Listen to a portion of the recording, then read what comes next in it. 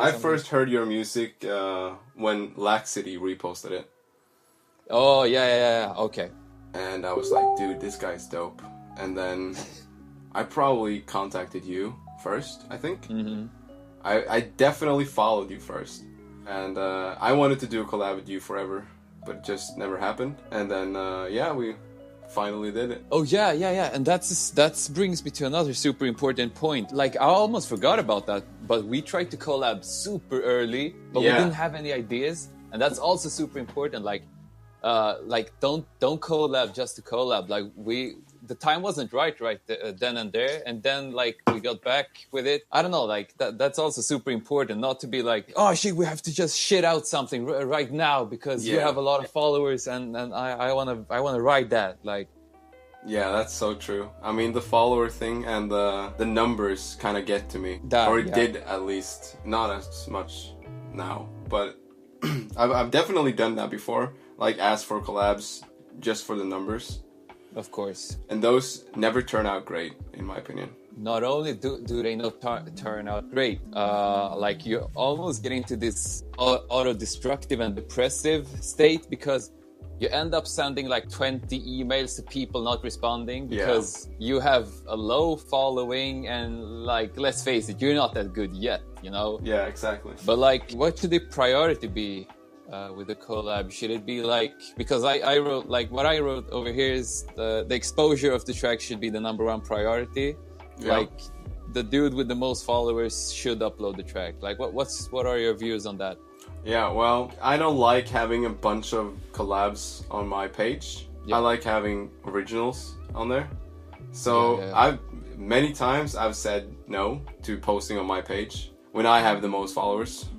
Because like I really don't like having too many collabs on my page. But I kind of agree in a way. I mean, exposure is good if the track is good. But like, is that a thinking of like you want people to have a clear image of you and you only when they go to your SoundCloud? Like you don't want to have it like all dirty with a lot of collabs and stuff like that. Yeah, there's some people on SoundCloud that I don't really know if they're good or not, because every single release they have is collab.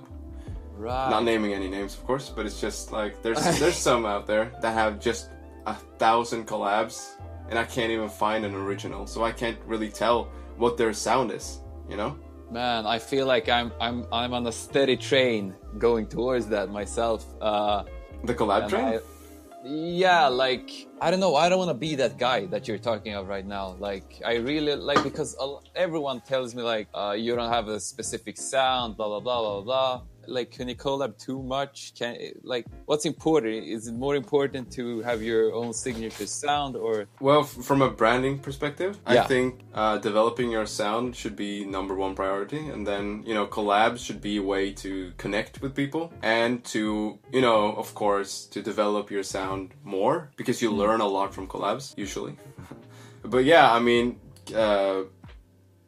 I prioritize, you know, my own development over collabs. That's why I probably, you know, don't like to have too many collabs on my page.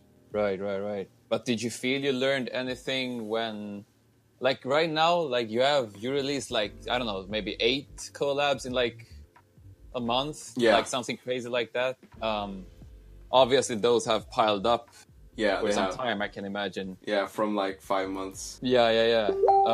What have you taken away from all of that? Like, that's a lot of collabs with a lot of different talented people. Like, what have you learned? I've learned so much from so many of them. Sound design, mixing, arrangement, probably. Like, working with Laxity, you learn so much about arrangement. So, but I don't really have a specific thing, though. Like, it's just, I'm just better, I guess. Yeah. I mean, that's cool. But you said working with Laxity. Like, you don't have a collab with Laxity. Is that like? No, we have like a bunch of collabs that we never finished, and that's his fault and my fault. I thought you were gonna tease something right now. No. Okay.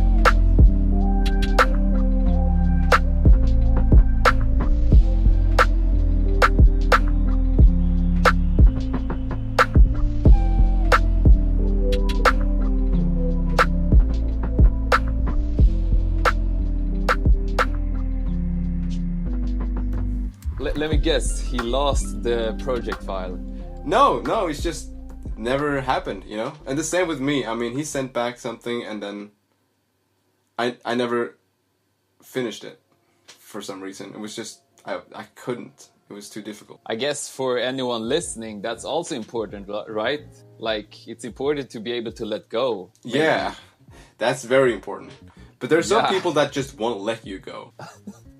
That's a fact. I'm definitely that type of guy. But that's only because I truly believed in the track. Yeah, like, but that's something else, though. I mean, if the track has huge potential, then you're in your right to not let it go. Yeah, because like I've scared away some pretty promising collabs, like just because when someone says yeah, let's collab, like that's not a joke to me. Like to some people it's like, yeah, send some stems over, I have a look at it, like, someday this week, blah blah blah.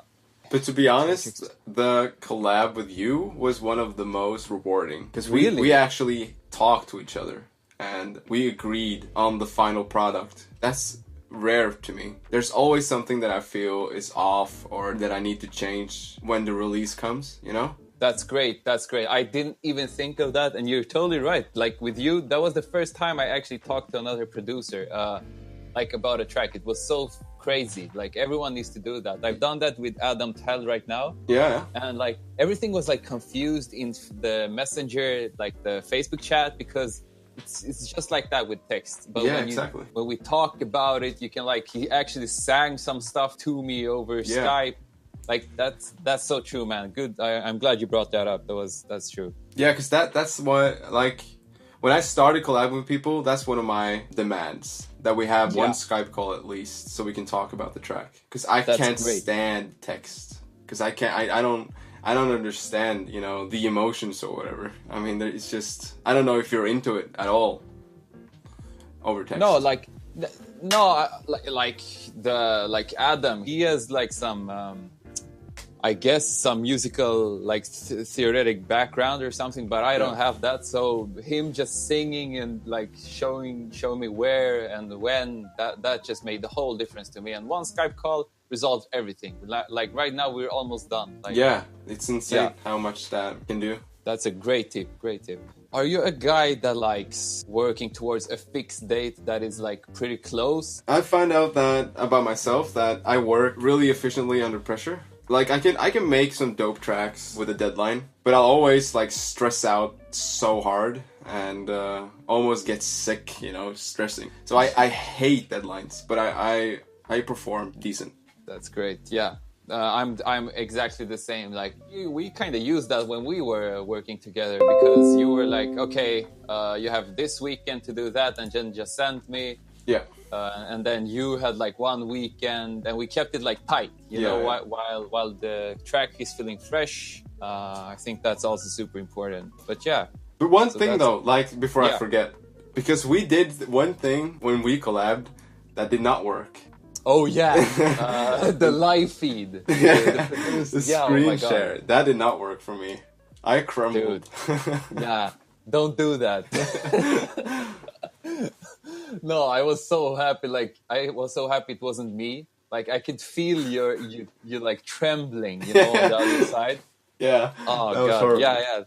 Like I can't wrap my head around like Kanye West being in the studio with like Puff Daddy. And like 10 other people, and just him making some beats like that. That's like I would have passed out. Yeah, same. I can't do that. Okay, say you are getting stuck with a track. Yeah. Like we did. Yeah. What's the remedy for that? What do you think should be done in that case to like overcome writer's block, or just like?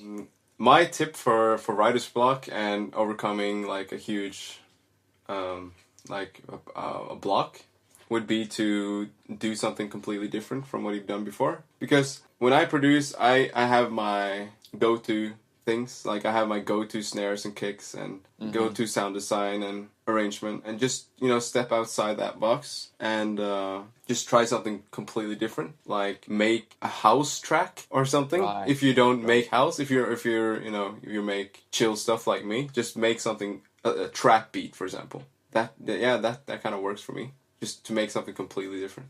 That's also a great tip, because that's what I did when we hit the wall with our track. Yeah, that's true, actually.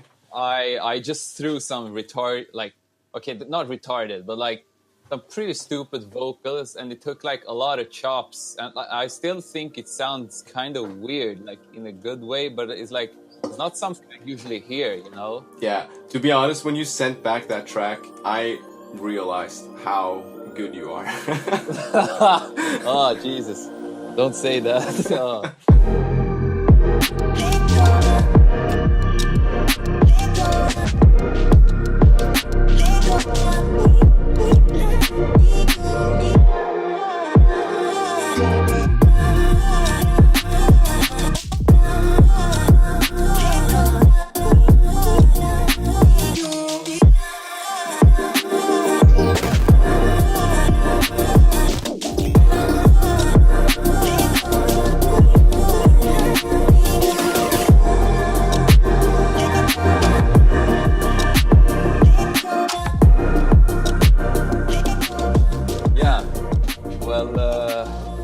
How do I respond to that? No, you don't have to respond to it. No, yeah. I mean, thank you.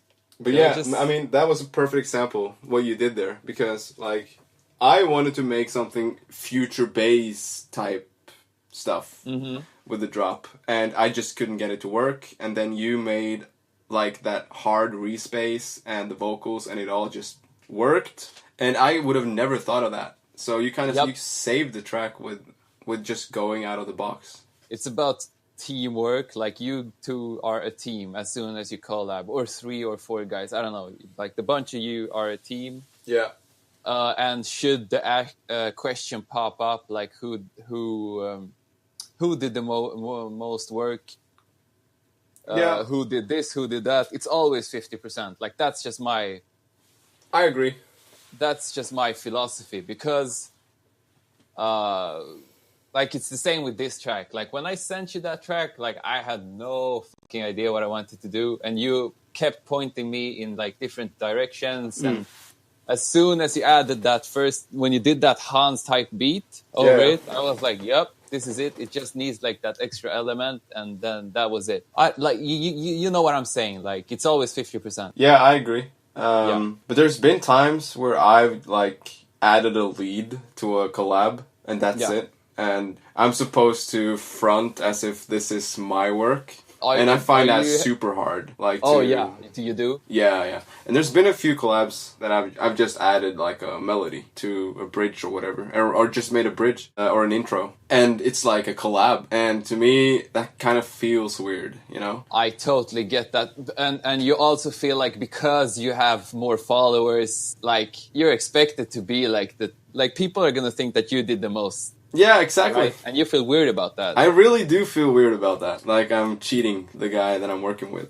I totally get that. That's just the hierarchy of things. That's just how it's going to be with you. And as you get bigger, I think that's going to be more common. Okay, I just had this closing statement. I want to hear like how you feel about that. It was like basically 99.9 of all SoundCloud's music will more or less be forgotten in the next 5 to 10 years. So like, the least you can do is have fun with it and jam together. Like, can you get behind that, or do you feel like your music is like how precious is your music to you? My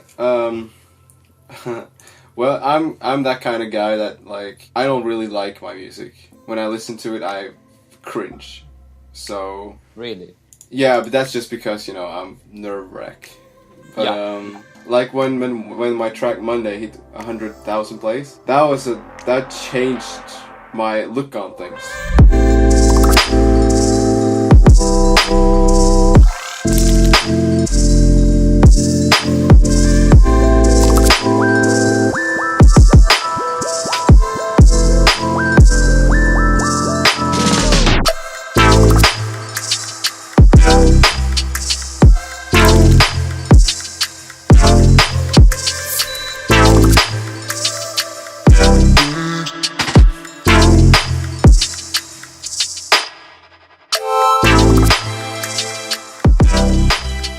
That made me think more like a professional. Like, oh shit, this is probably something I could do for a living, almost, you know?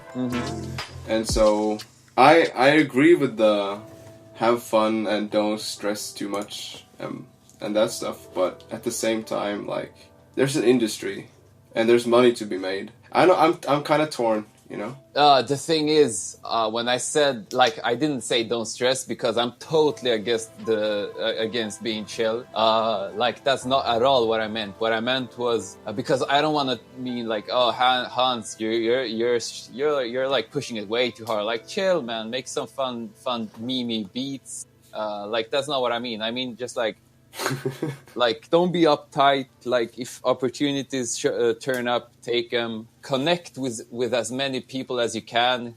Try to collab if you can. Yeah. Like that's just the approach I was talking about. But that, like, you're right. Like, that's why I'm gonna tone down drastically on collabing. Like right now, I only want to collab with like people who can sing, who can help me with like arrangement, like people who do things that I can't do. Yeah, I feel you. Yeah. And one more thing that I wanted to touch on. Of course. When people ask me for collabs and just like try to connect with me, usually like 99% are people with not, you know, a super huge following. And all they want is a repost. And so they'll say, yo, what's up, bro? And then, you know, I'll answer, what's up? And they'll say, you know, can you repost my new track? Thanks. Are you serious? Yeah. And people say that, can you repost extra this track? Yeah, or can you please repost? That would help me out so much. And just like, that's the wrong way to connect with people. Yeah. That's like, you're going straight on the blacklist. Like. Yeah, exactly. Yeah. That's how you end up on the blacklist, people. And making music is pretty easy now. It's hard, of course, I'm not, but it's easy because the tools are easy to get. So, you know, everyone can torrent FL Studio or Ableton. Should they, Hans? Should they? Yeah, absolutely. They should. Okay, they should. Okay, they should torrent before they buy. Okay. Because it's stupid to pay out large sums of money for something you're not sure Absolutely. you're going to enjoy. I condone torrenting. No. Yeah. Like, Jesus, that's how I started. Like, the only thing I'm paying for is Ableton. Like, the rest, I don't have a $500,000 lying around, exactly. You know, in my student flat, so to speak. So I went all legit though, but because I want to do this like for a living, hopefully. So I don't want to get into trouble. So I bought it all. You bought it all, but you don't have like a super huge amount of plugins, I guess. Like that's no. I usually use the stock plugins in FL. Okay. Well, then you can get like and that's another important point to be made towards people who are getting to music. Like the things you're seeing in FM music, like all these flashy plugins and all of that. Like you don't really need that. Like seriously. Yeah. Like you don't really need that. Can you like? Are you agreeing on that? 100%. I only use stock plugins for mixing, and mostly stock plugins for sound design. So yeah, and definitely. And Hans, you are using like the maximizer to master, right? In Fruity Loops. Maximus. Like Maximus, and they sound super loud, and people usually want that and like they sound super good. So. That just goes to show that you don't really need all of those plugins. You can just hop on and like just learn a little bit, like watch some like mastering, mixing, and stuff like that. Yeah. But Maximus is actually a super good multiband compressor. So yeah, of course, I'm lucky there, I guess. Yeah. I'm not shitting at all on that. Like if it works, it works. God damn it! Like. Thank you for talking with me about this. Giving us some insight from a bigger SoundCloud user, because like you're going on to 8K right now, right? Something like that. Yeah, just hit 7. Yeah. So like you're almost in the big time, like for us. So I think this could be so valuable for a lot of people, even for me. Oh, thanks. I don't know, man. Love what you do. Yeah, I love what you do too. Thanks for having me. No problem. Like, yeah, man. Bye. Bye.